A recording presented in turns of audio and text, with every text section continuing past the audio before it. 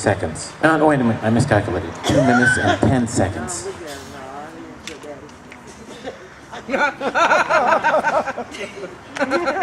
So, that's what it's like for a comedian. So yesterday I got a phone call from Chris, and he says, "You want to do this show I'm doing downtown?" Yeah, I'll do it. Because every comedian wants to work, right? So he says, yeah, it's for alcohol, for something recovery. Oh yeah, okay, I feel recovery, I'm recovering. So then I said to him, well, how much time should I do? And he says,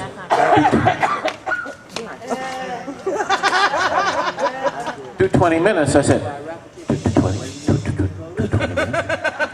I mean, I could do 2 minutes and 32 seconds. But, I mean, 20, I mean, all in a row, 20 minutes? So could I take a break after 2 minutes and then come back and do 2 minutes? And I could do 10 2-minute sets.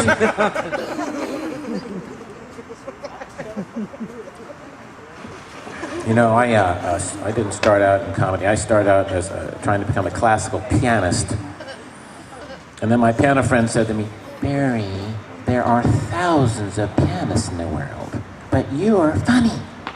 You should be in comedy. Go, get out. Then when I went into comedy, my comedian friends found out I could play the piano. They said, "Barry, we're just comedians. But you are a pianist. You could play concerts. Get out, go." Then when I went into acting, it was, "Barry, there are millions of actors in the world. You might consider, I don't know, killing yourself." So, I started doing comedy, what, 30, 40, 50, 60, 70 years ago? In Boston. And when I first went up on stage, I was a little panic struck, so I didn't talk. I just stood there because I used to do these unusual impressions. So I just stood there and I was like this.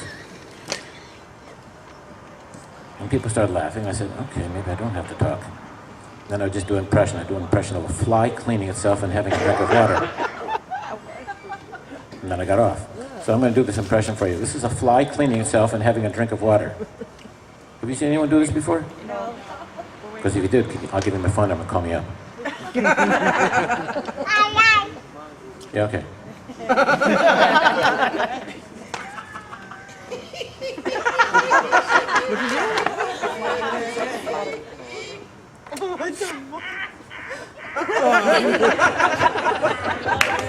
Thank you.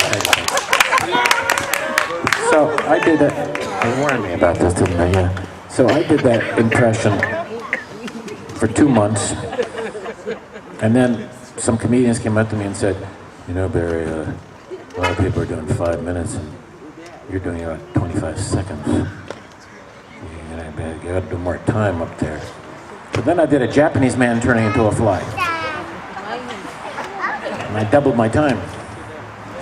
But I still couldn't break that minute barrier. Okay, I'll do the Japanese man turning into a fly.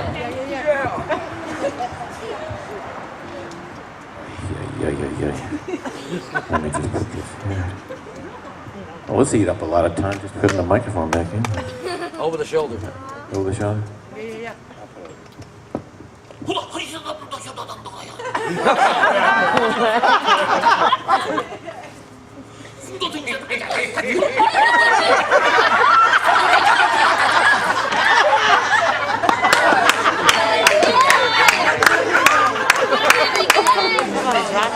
Do it again.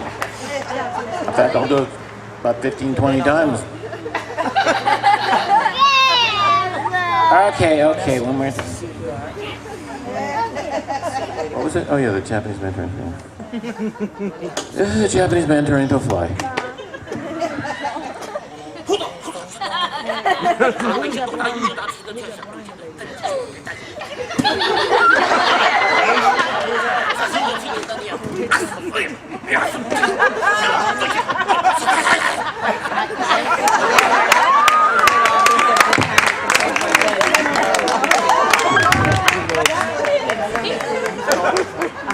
You see, I usually do that at the end of the show. So now it's going to be downhill.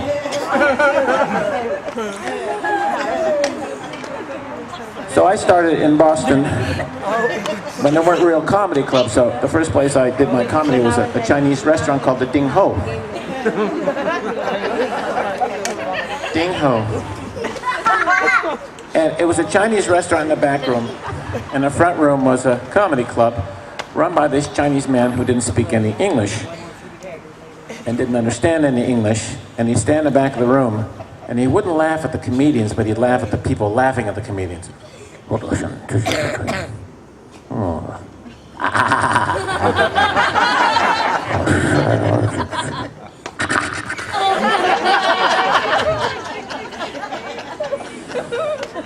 I go up to him, and we'd always have the same conversation. He'd pick a word at random out of my sentence and repeat it back to me. You like this guy? Ah, like. Ooh.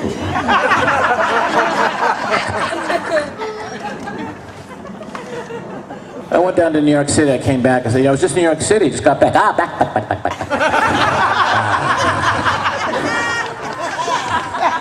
Back. You know, I was in another room. I saw this guy killing a lot of people. People.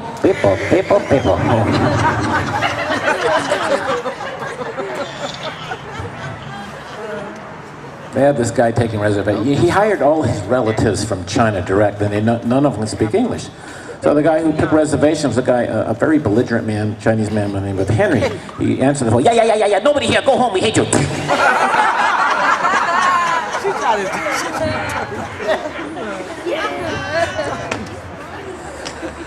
So what you do as a comedian, you start in a town, Boston, everyone says, Barry, Boston, you gotta go to New York to make it. So I moved down to New York, and then they said, oh no, you gotta go to LA. LA's the place. And then you go to LA, no, go in the ocean, take a long swim, go. So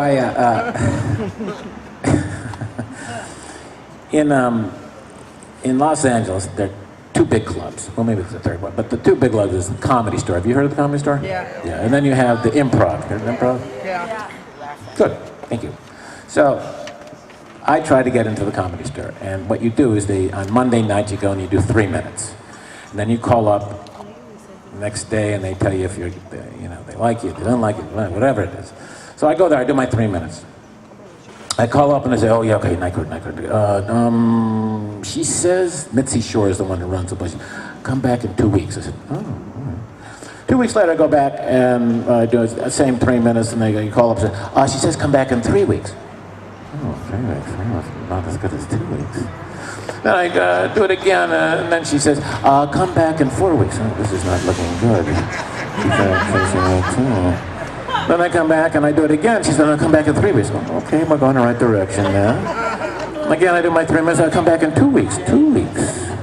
Moving up. Then I do it again, it's like I'm in Vegas, And then I go again, and then she said, come back in 1 week. All right. Then I go there, and this is exactly what happened. I'm going to do 3 minutes, right? And right before I go up, someone stands up in the room and says, Eddie Murphy's in the big room. And the whole audience goes, and I think, oh, this is great. Now I have no one in my room. And apparently, she must have liked what I did, because she has all these lackeys, and they come up like squirming animals. Mitzi wants to see you. Yes, come on. Sit down. So, I'm sitting next to the owner of the Comedy Store, and she has this cigarette thing, it's overflowing, and another cigarette is overflowing, and then she has a drink that's empty, and another drink that's a little bit there, another drink that's full, and her back is to me. But what I do wrong? And I did the fly impression again. But a dog, I'll do something. Okay, so anyway. So she turns around, she stares at me, and I'm really good at talking sometimes. So she looks at me, she says, Puppets. You need to go to a store and get yourself a puppet. A puppet. Maybe you can go to the store and get a puppet. There's a puppet, yeah. What did I do? I'm doing the show for you.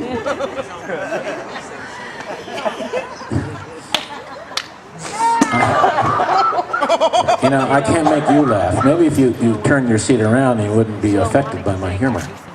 I guess a suggestion. So anyway, I have 2 kids myself. I remember I have a daughter and I have a son, and I took them out when they were, I think she was 7, my daughter, and he was 9. And I posed a question to them. I said, if I give you $1,000, what are you going to do with it? And my son says, oh, I'm going to buy a sound system for my room. Okay, a sound system for your room, that sounds good. And I said to my daughter, what are you going to do with $1,000? And she said, I'm going to put it in the bank. Oh, yeah, you want to save your money, of course, yeah. And then I said, well, if I give you $10,000, what are you going to do? And my son says, well, I got the sound system. Yeah, the sound system. And then in Mom's house, I'm going to have an elevator built so I can get to the 2nd floor. Good. Why take the stairs if you can have an elevator? And I said to my daughter, what are you going to do with $10,000? She said, I'm going to put it in the bank. Oh, good. You're a saver. You're a saver. So I said, if I give you $100,000, what are you going to do? And my son says, well, I'll get the sound system. Yes, the sound system. And then I'm going to get the elevator. Yeah, absolutely. And then you know in the airport when you stand on something and it moves you along? Mm-hmm. Well, I'm going to have that built to the garage. Okay, so basically you're trying to eliminate the use of your legs. Good thinking, yes. Save them for later in life. When I said to my daughter, what are you going to do with it? Well, I'm going to put it in the bank, but I'm going to take a little bit out and buy a pair of jeans. Oh, but it's on sale though, right? I visited my father. My father's still alive. He's 95 years old, and he still teaches the cello. And I remember he'd just stopped driving when he was like 89 and a half. And he would drive, and and the way he drives is this, he holds the wheel, and his eyes are almost completely shut, and there's no expression on his face, and you're looking over and you're thinking, I just hope he's breathing. And we're going about, 15 miles an hour, and up, way up there's a light that just is yellow, it's about to turn red, and he says, I think I can make it. And within like 14 seconds, we're going 90 miles an hour. And the light's already turned red, and I'm thinking, what is he thinking? Oh, he thinks we can make it alive through the intersection. That's my best stuff. So, I was there like 2 months ago, and my comedy's not helping you out. Yeah. So, I went and visited him, and he still teaches cello, but everything's very slow. So when we go to the restaurant, it takes him a long time to get out of the car. And then he walks so slowly that I could actually go into the restaurant, have dinner, I could take my coffee, and then I could take a nap, a long, long nap. And when I waked up, he would be there by breakfast time. So what I do is I don't want to hurt his feelings, so I walk the same, I'm walking the same like he's. And so when I walk in the restaurant, they're looking at him and saying, well, we understand that, but this guy, I don't like him. He's a fraud, this guy. What's he doing?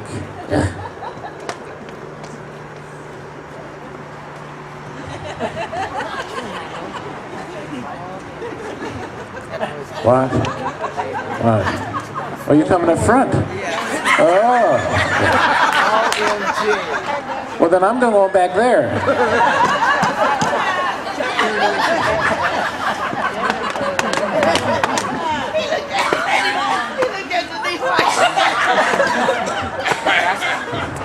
If I had 20 of you in a room, I don't know.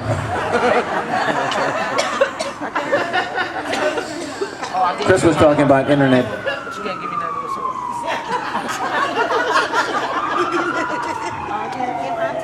If I didn't have my face, I'd be in big trouble. Oh, here we go. I know. You see the cries, either diaper, too much stimulation, or that drink. What's in that drink? It seems you want that. Oh boy, oh boy. So, what was I talking about? Oh, great.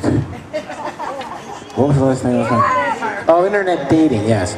I've been on internet dating basically my whole life. Not completely my whole life. And, well, let me just say, when I'm going to back up a little bit. When I was 6 years old, my dad said to me, "How old are you?" 6. 6? Ooh, I thought you were 4. Then when I was 8, he says to me, "How old are you?" "I'm 8. Phew, I thought you were 6. Which brings me to internet dating. Although he's just, yes, I understand. So, this is a woman I met. She said, "Barry, I feel 50. I look 60, but I feel 50. That's why I lie about my age. Who wants to go out with a 72-year-old? Now, does it bother you I'm rolling this joint?" You see, Barry, I'm a manic depressive. More of a depressive than manic. But this helps me calm me down. Oh, give him more of that drink. The drink is the secret to this little boy. Or is it a girl? It's a girl. It's a girl. That's what I meant. Oh, wait, I was going to do my best. You bring him up here. Her up here. Yeah, her. Oh, I didn't mean it. No, no. So what? Hi, how are you? Now, what, are you thirsty? What's the issue here? You want cake or what's happening? No? You just want to be a comedian? Yes? Yeah, okay. Oh, you want the front row? Okay, all right, okay. Now you can see me, right? Okay. That's good. What is your name? Yeah, say Serenity. Yes, well, you're going to be my best little audience member. Yeah. Wait. What? You want the microphone? Hey, can you do 5 minutes? We can eat some time up. 5 minutes. Oh my gosh. That's too cute. I'm going to do a couple impressions. This is going to be... You'll like this one. You're going to like this one. Do you have a dog? Do you like dogs? Okay, I'm going to do a dog impression, okay? This is an old dog in a nursing home trying to bark.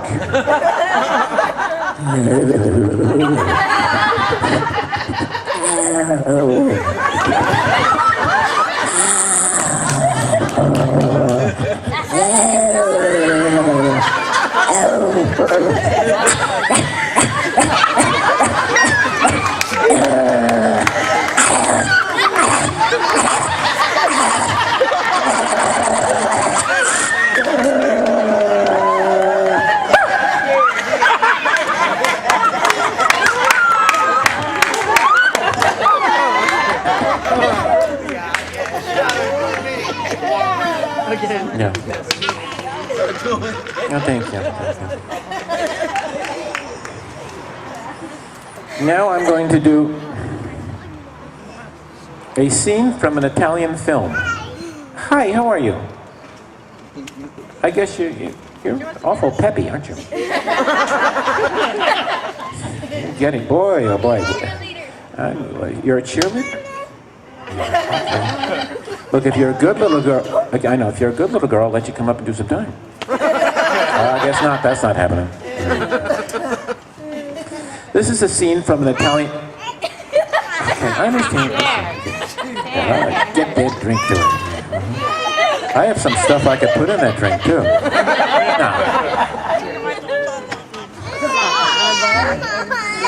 I know. Okay, let me just check my... It's not your... Oh.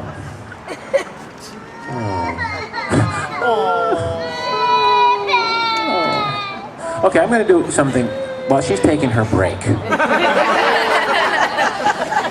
I'm going to do a scene from an Italian film.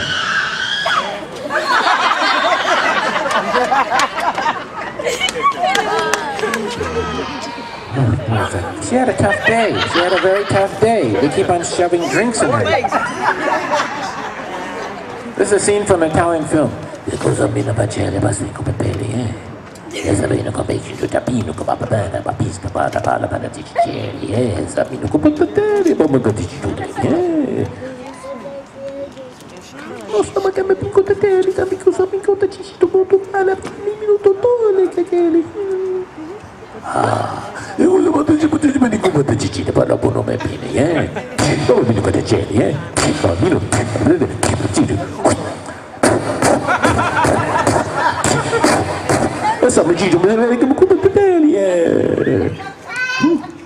And you're back. And you're not back. No, it's... this happened to me just... I don't know when it just happened to me. So this is not only my segment, but it's what's her name again? Serenity. And Serenity, yeah. When, just out of curiosity, when is her bedtime? I guess not for a while. Okay, right. Yeah. Oh! Wait a minute. They're on their way.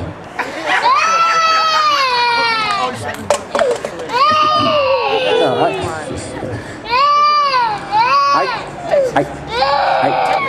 I can identify. I can identify. So now I'm looking at somebody else's notes, which I'll be doing. Oh, I'm going to do something that... Be quiet.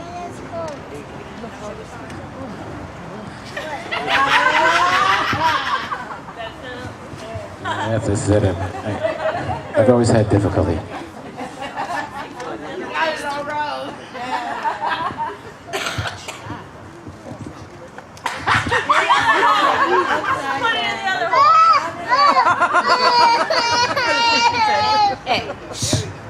Okay.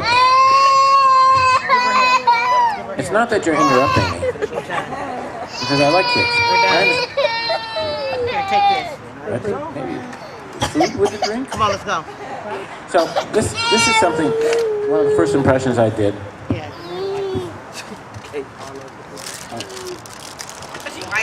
Help. I know, look, I can hold you, but this is a problem. Okay, I do a lot of sound effects in this, and one is not screaming. This is a mechanical violinist. I do all the different sounds of what it is to, oh, there she goes. I think I've seen this scene before. And then I look down and it could be down here. So these are different sound effects I do when I do it's a mechanical violinist. My dad plays the cello, my mother plays the cello, my older brother plays the piano, I play the piano. So I used to watch my... I'm sorry. That's okay, you know. Although I probably can't wait like this. This is all the sound effects I watch, observe my dad teaching the violin.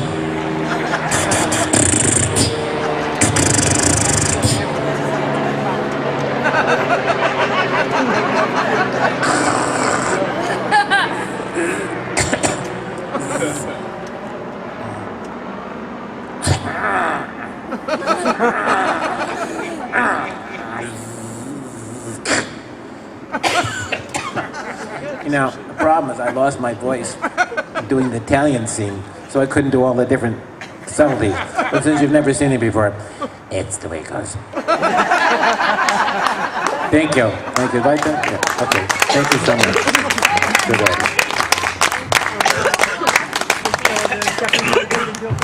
Everyone give it up for Barry Neikrug. Come on! Fantastic! That's why he's one of my favorite performers in LA. All right, you guys ready for your headliner? Yeah. I can't hear you. Come on, he's been waiting a long time. All right, he's another man from Boston, another good friend of mine. He plays all over the country, plays the Laugh Factory, the Improv, the Comedy Store. Please give it up for Nick Costas, everyone. Thank you. And how about another hand for Barry Neikrug? He is in my book, a living legend. So anyways, I'm the feel-good comedian. After you see me, you'll feel good about yourself because you're not me. That's my whole thing, right there. My name is Nick Costas, as Chris said, and it's a Greek name. Actually, I'm half French and half Greek. I guess it makes me a freak. Thank you. Thank you very much.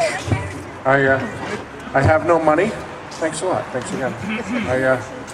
Well, I did have money before I came here, but I was parking my car and some guy was out front and he had a bumper sticker on his car that said, "Hit me, I need the money." So I punched him in the face and I gave him $5.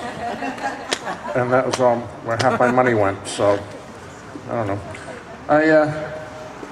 I did go to college and I took out a lot of student loans and I figure because I didn't graduate, I don't have to pay the loans back. So that helps me with my finances. I'd like to ask these people to leave right now. Thank you.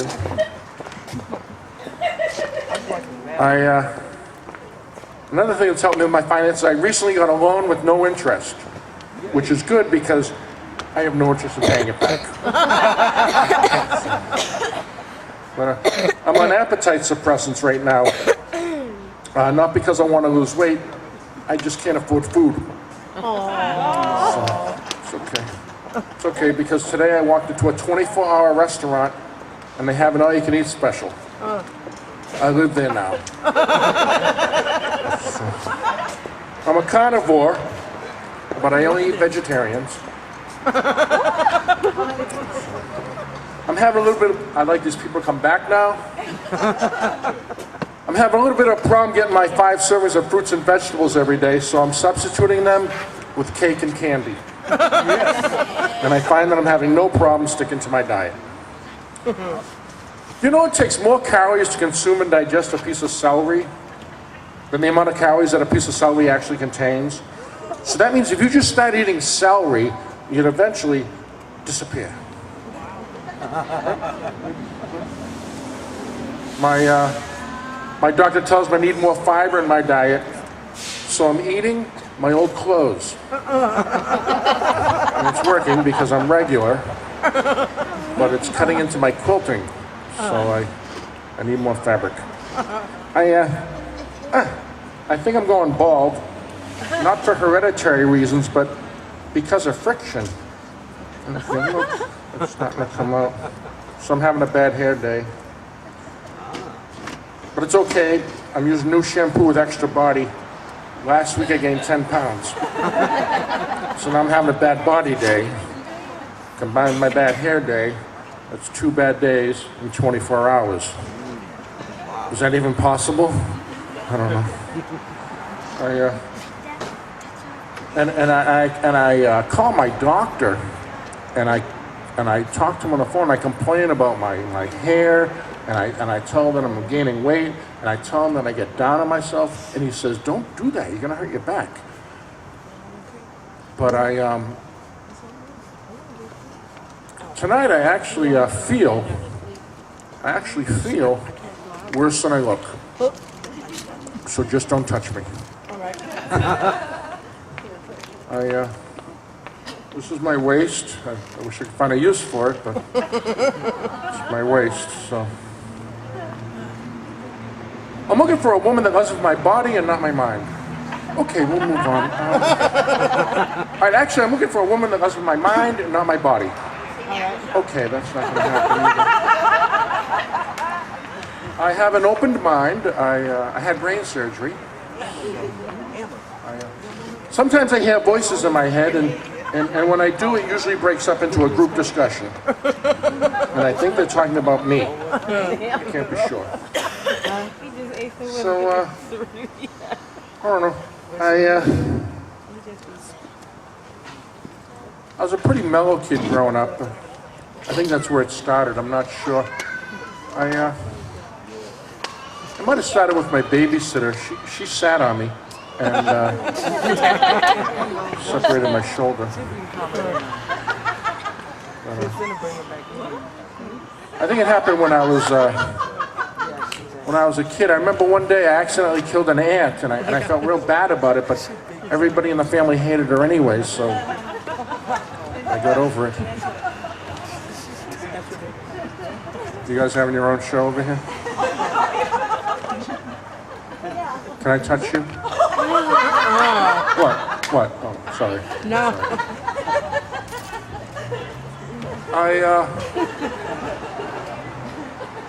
I didn't have a lot of toys as a kid, although I did have a bipolar bear.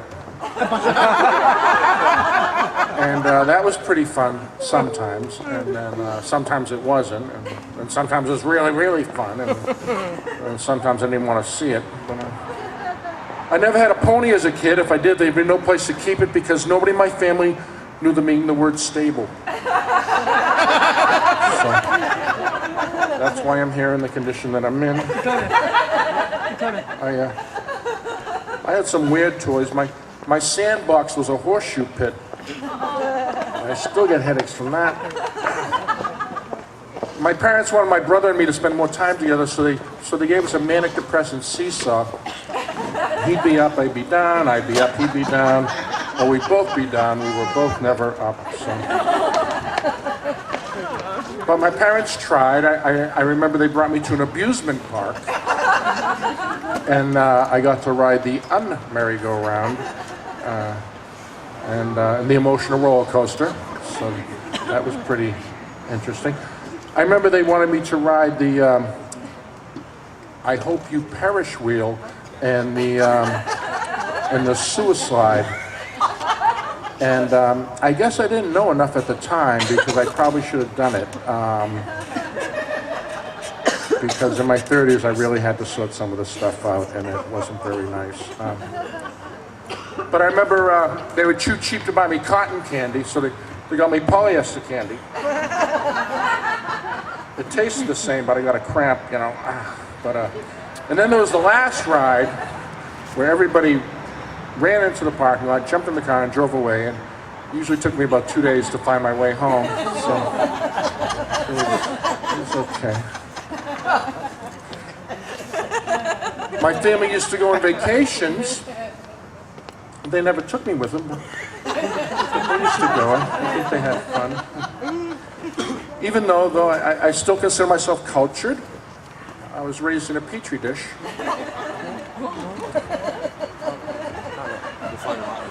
I was actually raised by my mother, moved around a lot, lived in an Oedipus complex. Yeah, just me and my mom. It was right after I accidentally killed my dad, and I don't even know it was him. I live in a new place now, no mom, just by myself. It's an inferiority complex. And I like it. It's very safe because we have an insecurity guard. So.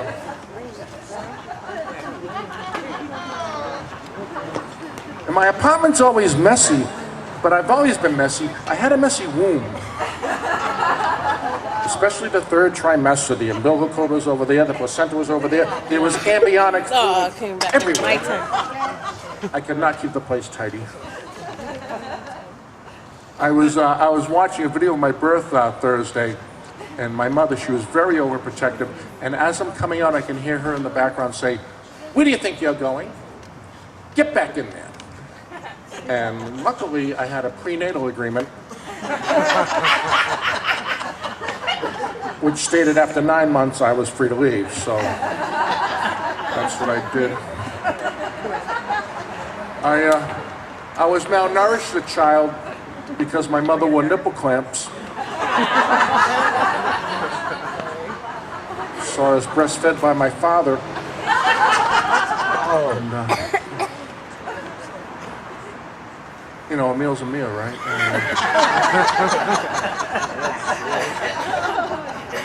I prefer real breasts versus fake breasts, only because I had a bad experience with a fake breast. I chipped my tooth. Granted, it was a mannequin, but still. They weren't real. I should have known. I like big breasts. Thank you. Thank you. That's the only reason I leave the house, so I can stand up in public and say that. I like big breasts. Big ones, big breasts with big long nipples, and a lot of them. So much so that I volunteered at a dairy farm 3 days a week in Chino Hills. And it keeps my fetish at bay, so it's working. I bet this is a very nice stage you have here. It's more like a postage stamp, but very nice. I've been on a lot of stages in my life. I was on the oral stage for a few years, but that started to suck and left a bad taste in my mouth.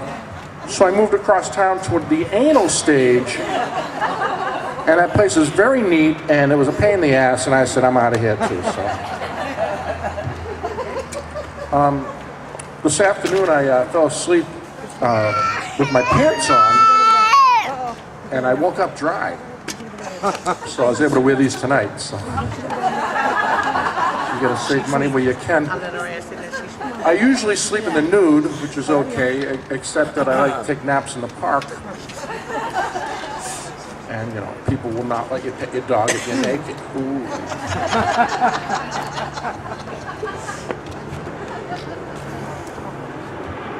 I have had it up to here with my neck. If the shoe fits, then you got the right size. If it isn't broken, then go ahead and break it. It's okay, we'll fix it. We'll get a new one. It's okay. There is no time like the present. Well, what about now? How about now?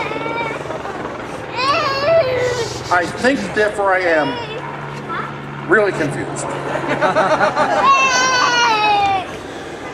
I don't do drugs.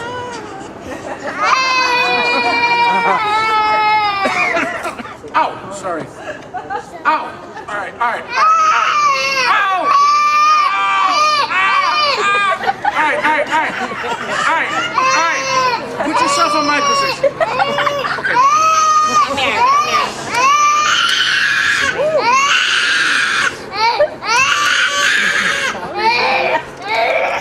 One more? Okay, forget it. You know, there are a lot of people.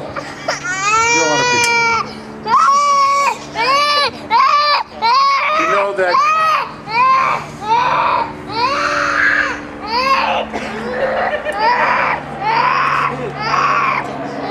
Yeah. She's got some good ones on her. You know. Just say. She's gonna make some headway with that voice, I think, someday. I found out that if you ate too many plums, you would eventually need a plumber.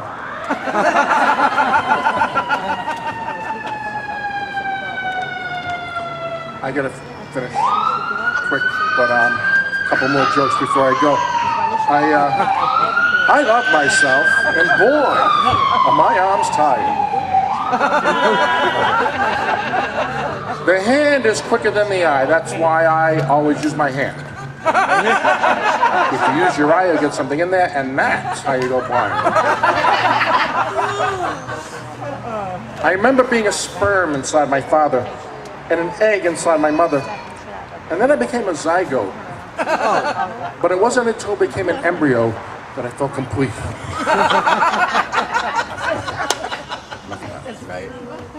I joined the National Association of Atheists, more commonly known as NAH.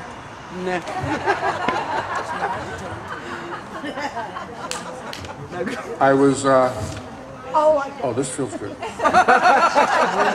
you do that, right, that feels real good. Okay. I was driving around downtown LA today. I saw a guy holding a sign, and it read, "I'd rather be with Jesus." So I killed him. Hope he's happy. I saw a place, it was called 1 Hour Photo. And I'm thinking, that's a long time to take a picture. How does that work? Mr. and Mrs. Jones, children? Perfect. Stay right there. I'll be back in 59 minutes and 30 seconds.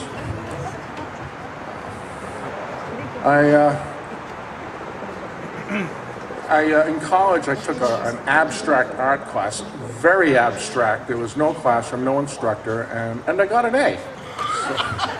So that worked out pretty well. I remember in high school, a friend of mine kicked out of school for looking at somebody else's paper and cheating. But he's a millionaire now. He opened up a copying center, so he's doing okay. I remember one day in ninth grade biology class, we studied the human reproductive system. That afternoon, I went home. My father told me I had to fertilize the lawn. That's exactly what I said. I said, wait a minute, Dad, it's going to take a while. Let's go. Come on. He said, oh, don't worry, I'll help you. All I can say is the grass is green today, and me and my father are pretty close. And my right arm is significantly bigger than my left arm. So.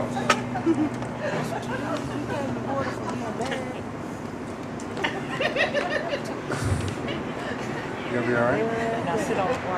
I haven't even touched you yet. I just asked you if I could touch you.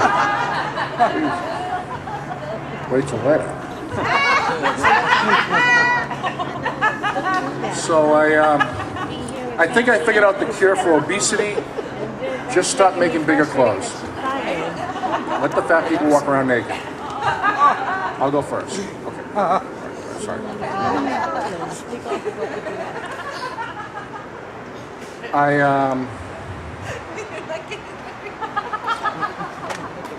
I played water polo in high school, but I had to quit the team because my horses kept drowning. Went to an animal show and a donkey won first place. Nice ass.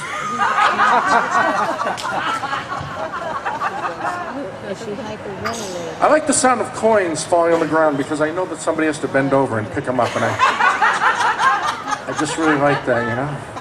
Bending over and picking up. Oops, sorry. You ever find yourself in a real crowded place with a lot of people and you start like rubbing up against people and stuff? No? Just me? Okay. I recently got in touch with my female self. And wow, am I a bitch. And I'm a squirter. Who knew? Who knew?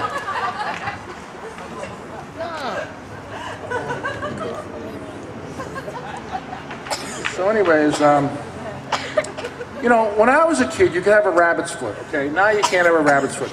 But it's okay for MILFs to walk in the mall sporting a camel toe, and that's where I draw the line.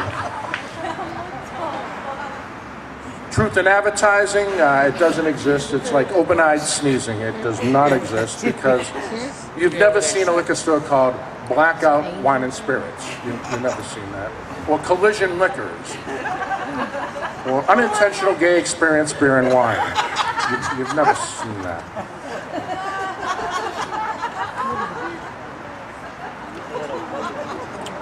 I'm getting older. I'm in my late 30s. I'm 46.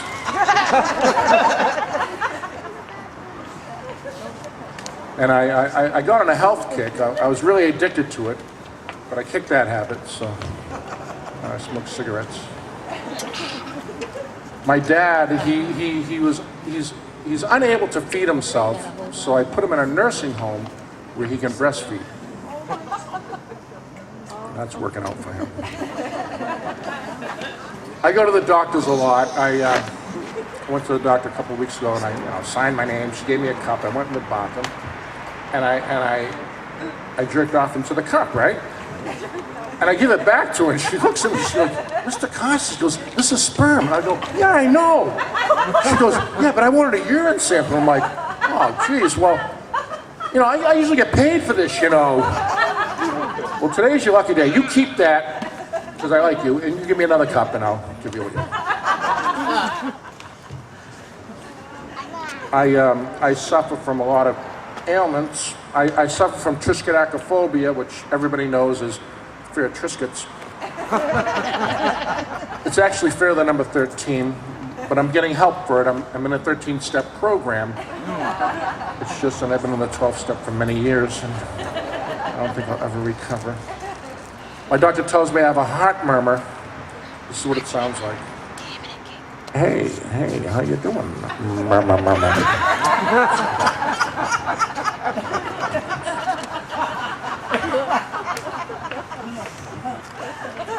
I see a psychiatrist. My psychiatrist tells me that I suffer from ADHD. Hey, Chris, what's that? D.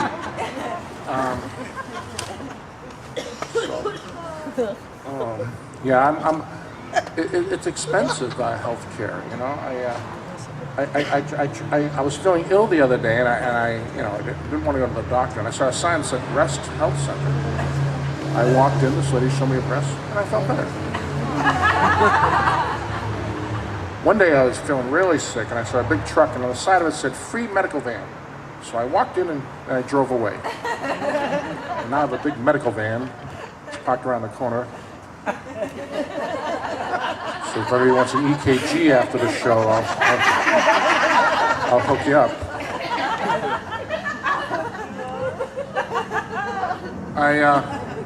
In an effort to save money, I bought some used contact lenses. And I think I started seeing somebody else's life. It was a lot like mine, but really blurry. I wound up walking into a place that I thought had karaoke written on the outside. And these 5 guys started beating me up. And I'm like, hey, I'm here for the karaoke. This guy walks up to me and says, karaoke? This is karate. Get out of here.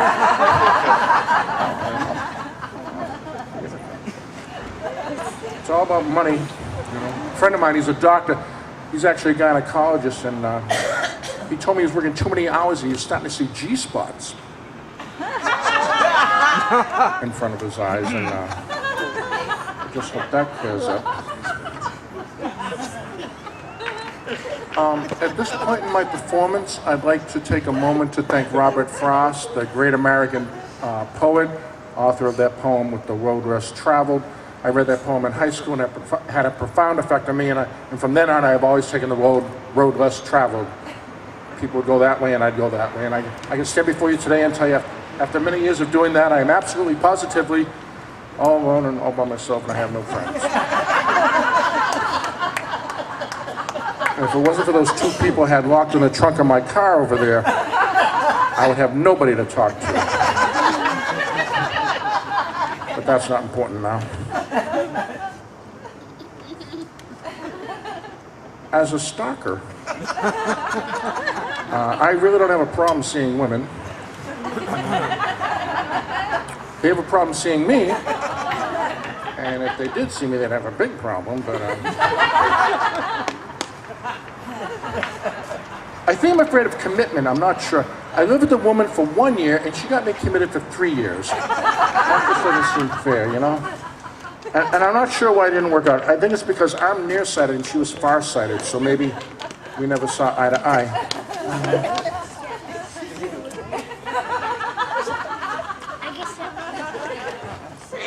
I do remember the first time I had eye contact with her, I scratched her cornea. And that was not a good way to start the relationship. Marital equality, I believe that anybody should be able to marry anybody that they want to. Yep. I, for one, want to marry 2 women. That's right, 2 women. So that they can spend time together while I'm out doing other stuff. Like looking for other women. I took my family on vacation to Las Vegas. I gambled. I lost my family. but it's okay. I found out that my wife had been lying to me for the 12 years of marriage and 2 children. I found out that she was lying to me, and she finally admitted to me that she was a guy. Which would explain all that backdoor action I was getting.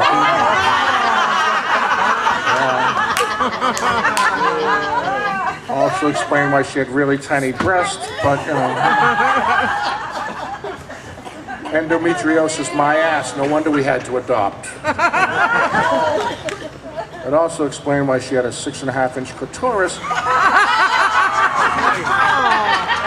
And why she was a squirter. So,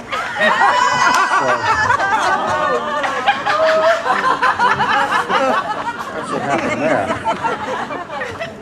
I thought it was good for my skin, you know, but Jesus Christ, this is ridiculous. So anyways, I had to start dating again. I tried cyber dating, and I wound up with iHand. So, if you get the 2014 edition of the Joy of Sex Handbook, I'm credited with one of the positions. It's called Solitaire. I tried dating. I tried the single scene for a while, and it didn't work out. So now I'm into the couple scene, and I'm dating a husband and wife from Whittier. And they're very nice, and they're very, very kinky. So it's working out pretty good. I've only had sex with 28 people in my life once. It was a family reunion. Go, Granny, go. Doggy. I don't get it. I'm glad you guys left and came back. All right. Changed everything. So,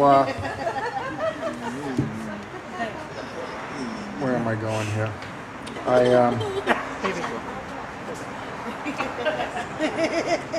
So, anyways, I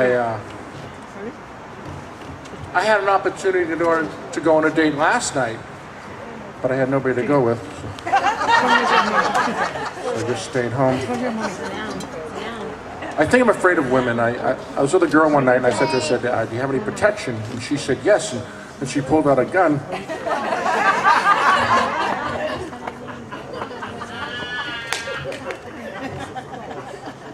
I'm intimidated by women, too. I was on a job interview, and a woman was interviewing me, and she asked me, she said, are you willing to work hard? And I said, listen, lady, I can't even walk when I'm hot.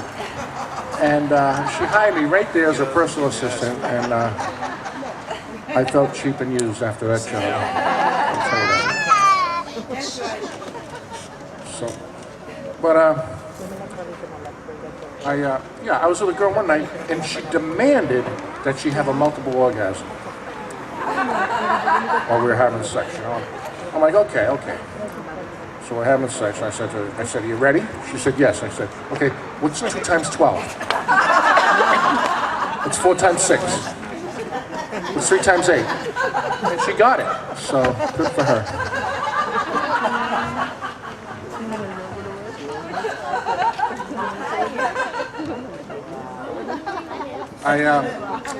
I was with a girl one night, and I used a condom, but I accidentally put it on backwards, so I got pregnant. And I even started to lactate, so I didn't even see that coming. But I had a date with the woman, and I wanted to make it special, so I got a 6-pack of designer condoms. They were made by UGG. And the thing is that they're fuzzy on the inside, and by the time I got it on, I'd already finished.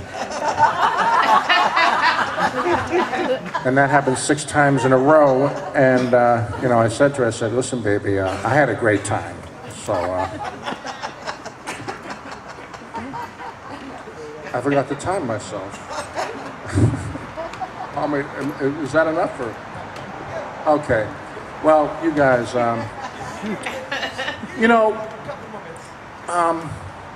ED, we all know what that is, right? There's no such thing as ED, okay?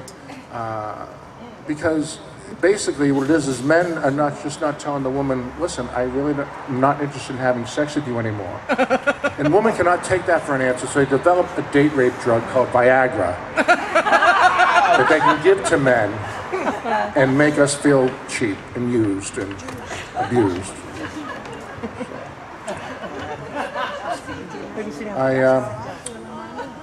I have a house, and I think I'm going to install a glory hole in my house because, you know, I want to treat my guests the way I want to be treated when I go to their house. You know? There's nothing wrong with that. I go to a lot of, I'm going through a horrible divorce, and I was going to a lot of strip clubs, but I kept getting kicked out of them because whenever someone yelled, make it rain, I would pee on the stripper. So it didn't work out very well. Except a couple of them did like it. And I meet with them on Wednesdays. Well, Barry mentioned that he played the violin, and I discovered that with a handful of Viagra and a violin bow, I can play Mozart on my penis. I gotta use a condom. Safe music. Like, so.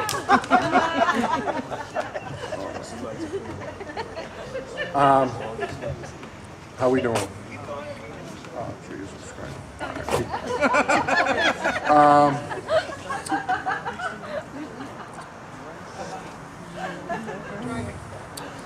I'm very lonely, and don't take this as an invitation to come up here and hug me or touch me or kiss me or do anything you want to me. All right, you can if you want, but I found myself in the elevator of my building all by myself, and I'm looking at the floor, and I noticed the spot that I saw earlier in the day is gone, and then I noticed a new spot. Then I said to myself, I'm reminiscing with an elevator. What the hell's wrong with me? You know? I'm so alone that I was in the forest, a tree fell, and I didn't hear it. But I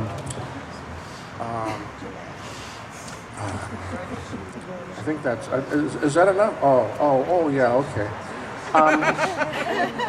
On my way over here tonight, I was jerking these two guys off.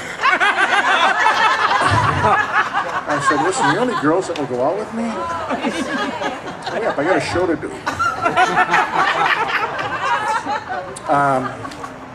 I met a girl one night, and she had a nose ring, so I answered it.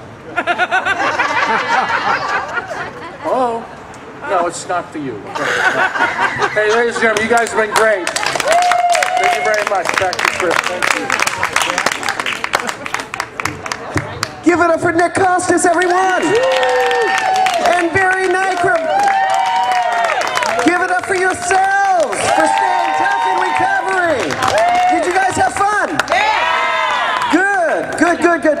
I want to just say...